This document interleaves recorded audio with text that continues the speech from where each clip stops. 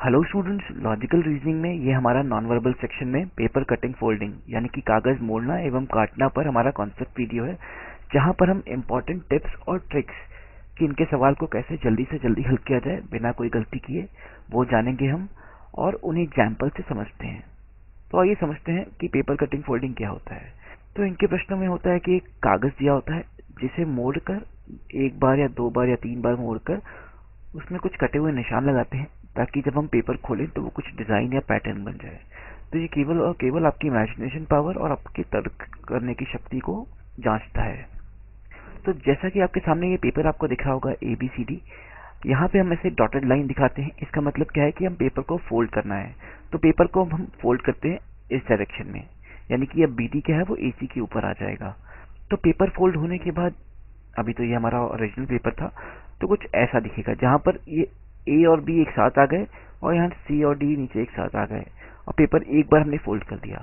अब हम दोबारा अभी जो हॉरिजॉन्टल लाइन से आ गई डॉटेड वाली, अब दोबारा फोल्ड करेंगे ऐसे ताकि अब CD AB पे चला जाए। जैसे कि ये हमारा ओरिजिनल पेपर है, अब ये हमारा पेपर फोल्ड हो चुका है। यहाँ पर ABCD सारे पॉइंट्स यहीं पे आ गए। अब तो हमें कुछ ऐसा फोल्ड करना होता है। अब क्या करना होता है कि अब कुछ कट के निशान लग जाएंगे। जैसे यहाँ पे हमने एक कट ऐसे लगा दिया, एक गोला कट यहाँ ऐसे लगा दिया और एक कट ऐसे लगा दिया। ये 3 कट हमने लगा दिए।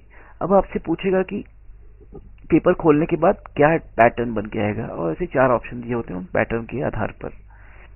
तो इनको हल करने का सबसे अच्छा तरीका है कि आप मिरर इमेज वाला कॉन्सेप्ट यूज करिए।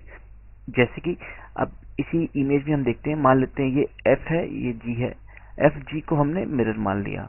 अब हमको पेपर दोबारा इसी डायरेक्शन में वापस खोलना है। तो जब हम पेपर को दोबारा खोलेंगे इस डायरेक्शन में, तो ये जो सर्कल है मिरर के हिसाब से यहाँ बन जाएगा। जैसा कि मैंने आपको मिरर का कॉन्सेप्ट समझाया था। जिनको जिनको मिरर का कॉन्सेप्ट समझना है वो हमारे कॉन्सेप्ट वीडियो मिरर के देखें। तो इसका रिफ्लेक्शन यहाँ बन गया। इस वाली लाइन का रिफ्लेक्शन यहाँ ऐसे बन जाएगा। देखिए ऐसे बन गया रिफ्लेक्शन। और इस वाले कट का जो रिफ्लेक्शन है वो यहाँ नीचे ऐसे बन जाएगा। देखिए, क्योंकि जितनी दूर पे कट है मिरर से उतनी दूर पे उसका रिफ्लेक्शन भी सेम वैसा ही बन जाएगा। तो हमने एक स्टेप पूरा कर लिया। आधा पेपर हमारा कंप्लीट हो गया। पेपर हमारा यहाँ तक पहुंच गया था मतलब। तो ये ध्यान दीजिएगा, पेपर अब यहाँ तक है हमारा। अब हमें पेपर को दोबारा इस डायरेक्शन में खोलना है। इस डायरेक्शन में खोलने के लिए अब हम इसको अगर हम H और इसको J मान लें, तो अब हम JH वाली लाइन को मिरर मानेंगे और उसी हिसाब से हम ये जो पैटर्न हमें लेफ्ट साइड में मिला है राइट साइड में वैसा बना देंगे। तो जैसा कि आपको ये दिख रहा होगा, इसका क्या बन जाएगा, कुछ ऐसा बन जाएगा। यहाँ पर इस वाले का ऐसा बन जाएगा, इस सर्कल का यहाँ सर्कल बन जाएगा, इस वाले सर्कल का यहाँ सर्कल बन जाएगा, इस लाइन का यहाँ ऐसी लाइन बन जाएगी और इस वाली लाइन की यहाँ ऐसी लाइन बन जाएगी। तो जब पेपर खुलेगा तो डायग्राम कैसा होगा, एक तो आपको ऐसा कुछ मिलेगा बीचों बीच में, 4 गोले ऐसे होंगे यहाँ पे, और ये जो कट हमने इधर वाला ऐसा कट जो बनाया था ऐसा कट यहाँ मिलेगा। तो ये हमारा कुछ ऐसा डायग्राम बन जाएगा और ऐसा डायग्राम आपके ऑप्शन में होगा जो आप आराम से टिक कर सकते हैं। तो अगर आप इमेजिन नहीं कर पा रहे हैं, पेपर फोल्ड नहीं कर पा रहे एग्जाम में, आप मिरर इमेज का कॉन्सेप्ट यूज करिए।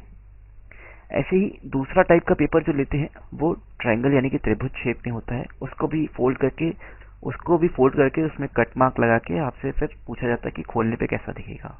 जैसा कि हमने इस लाइन के आधार पे पेपर को मोड़ा इस साइड, तो स्टेप 2 में हमें कुछ इतना ट्रायंगल मिला। मान लेते हैं इस ट्रायंगल को हम A, B और C मान लेते हैं।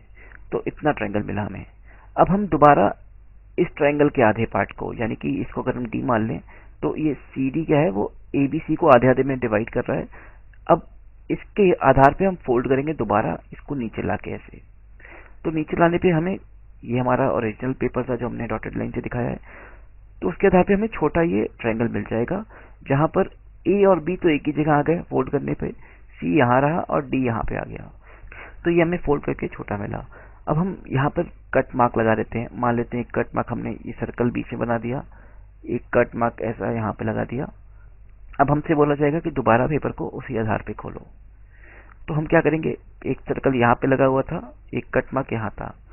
ये CD को हम मिरर मान लेते हैं।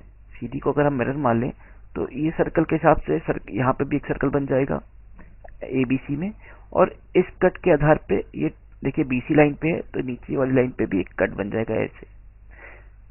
तो ये हमारा भी आधा हुआ है, पहला स्टेप कंप्लीट हो गया है। अब हमें ट्रायंगल ABC को दोबारा वापस ऐसे खोल के बड़ा ट्रायंगल बनाना है जो ABE मान लेते हैं, ABE बनेगा। तो उस हिसाब से अब हम AC को मिरर मानेंगे। ये AC वाली लाइन जो है हमारी मिरर हो गई, और मिरर के आधार पर हम फिर जो भी कट है उसको राइट साइड अप्लाई करेंगे। जैसे कि ये कट जो है ऐसा बन जाएगा कुछ यहाँ पे, ये सर्कल यहाँ पे कुछ ऐसा बन जाएगा, ये सर्कल यहाँ पे कुछ ऐसा बन जाएगा, और ये वाला कट यहाँ पे कुछ ऐसा बन जाएगा। तो जब हम फाइनल डायग्राम देखेंगे तो कैसा डायग्राम बनेगा, एक सर्कल यहाँ मिलेगा हमें, एक सर्कल यहाँ मिलेगा, एक सर्कल यहाँ मिलेगा, एक सर्कल यहाँ मिलेगा, बीच में ऐसा एक डायमंड शेप का बना होगा, और दो कट, एक कट यहाँ पे एक और एक कट यहाँ पे लगा मिलेगा। तो ये हमारा कुछ ऐसा डायग्राम बनेगा जो आपके ऑप्शन में दिया होगा, आप आराम से टिक करके अपना आंसर सही कर सकते हैं। तो देखिए, इससे आसान तरीका कुछ हो सकता है, आप इसमें कोई कंफ्यूजन नहीं है। अगर आप मिरर का कॉन्सेप्ट यूज करके चलेंगे तो आप कभी कंफ्यूज नहीं होंगे और जल्दी जल्दी प्रश्न को हल कर लेंगे। अब तीसरे टाइप का जो पेपर यूज हुआ होता है एग्जाम में, वो होता है ऐसा सर्कल। सर्कल को भी फोल्ड किया जाता है। मान लेते हैं सर्कल को हम इस लाइन के आधार पे इधर फोल्ड करते हैं, तो सर्कल हमारा कुछ ऐसा होगा, कुछ ऐसा बन जाएगा, हाफ सर्कल, सेमी सर्कल जिसको कहते हैं। अब एक बार सर्कल को फिर इस लाइन के आधार पे फिर मोड़ा जाता है इधर, तो फाइनली हमें छोटा एक पेपर फोल्ड होके ऐसा कुछ मिलेगा जो एक क्वार्टर सर्कल हो गया है, इसको क्वार्टर कहिए। मान लेते हैं ये हमारा ए है, ये बी है और ये ओ है। अब यहाँ पर एक सर्कल बना होगा, एक कट यहाँ लगा होगा, एक कट यहाँ लगा होगा, एक कट यहाँ लगा होगा। फिर वही पेपर खोलने पे आपको क्या पैटर्न मिलेगा, तो ध्यान दीजिएगा आप। जब हम पेपर खोलेंगे, ये हमारा ए है, ये बी है, ये ओ है, ये सी मान लेते हैं। तो पहले स्टेप पे हम क्या करेंगे, ओबी को मिरर मान लेंगे। ओबी को मिरर मानेंगे तो ये जो सर्कल यहाँ पे था यहाँ बन जाएगा, ये जो कट यहाँ पे था वो कट ऐसा सेम नीचे बन जाएगा, क्योंकि मिरर से इसकी कोई दूरी नहीं है। तो ध्यान दीजिएगा, यहाँ पर भी जो रिफ्लेक्शन आप बना रहे हैं उसकी भी मिरर से कोई दूरी नहीं होनी चाहिए। फिर ये जो कट है, ये कट यहाँ बन जाएगा, और ये वाला कट है वो कट यहाँ बन जाएगा। तो ये हमारा एक स्टेप कंप्लीट हुआ।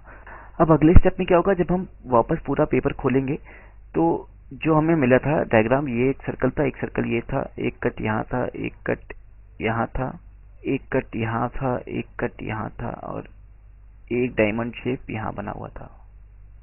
तो जब हम इसको खोलेंगे तो AC को मिरर मानेंगे। AC को जब मिरर मानेंगे तो ये जो कट है वो ऐसा कुछ बन जाएगा, एक कट ये वाला कुछ ऐसा यहाँ बन जाएगा, ये जो डायमंड है, डायमंड सेम यहाँ बन जाएगा, ये सर्कल यहाँ सर्कल बन जाएगा, ये सर्कल यहाँ सर्कल बन जाएगा, ये वाला कट यहाँ कट लग जाएगा, ये वाला कट यहाँ कट लग जाएगा। फाइनल पैटर्न क्या होगा, एक तो 4 छोटे छोटे सर्कल हमें यहाँ मिलेंगे ऐसे ऐसे, फिर एक डायमंड शेप हमें यहाँ मिलेगा, एक डायमंड शेप हमें यहाँ मिलेगा, एक डायमंड शेप यहाँ मिलेगा, एक डायमंड शेप यहाँ मिलेगा, फिर 4 जो कट हमने यहाँ लगाए थे वो कट हमें मिलेंगे। तो फाइनली हमारा डायग्राम कुछ ऐसा होगा। तो यही अच्छा तरीका है। देखिए कितनी आसानी से मैंने सॉल्व कर दिया है। आप भी ये मिरर वाला कॉन्सेप्ट को यूज करिए और अपने प्रश्नों को आसान बनाइए। तो इस वीडियो में इतना ही था। बाकी और भी हमारे ढेर सारे वीडियोस हैं, इसके सोल्यूशन वीडियोस हैं, आप उन्हें देखिए, उनसे सीखिए और हमारे साथ जुड़े रहिए। सफलता आपको जरूर मिलेगी। धन्यवाद एंड गुड लक।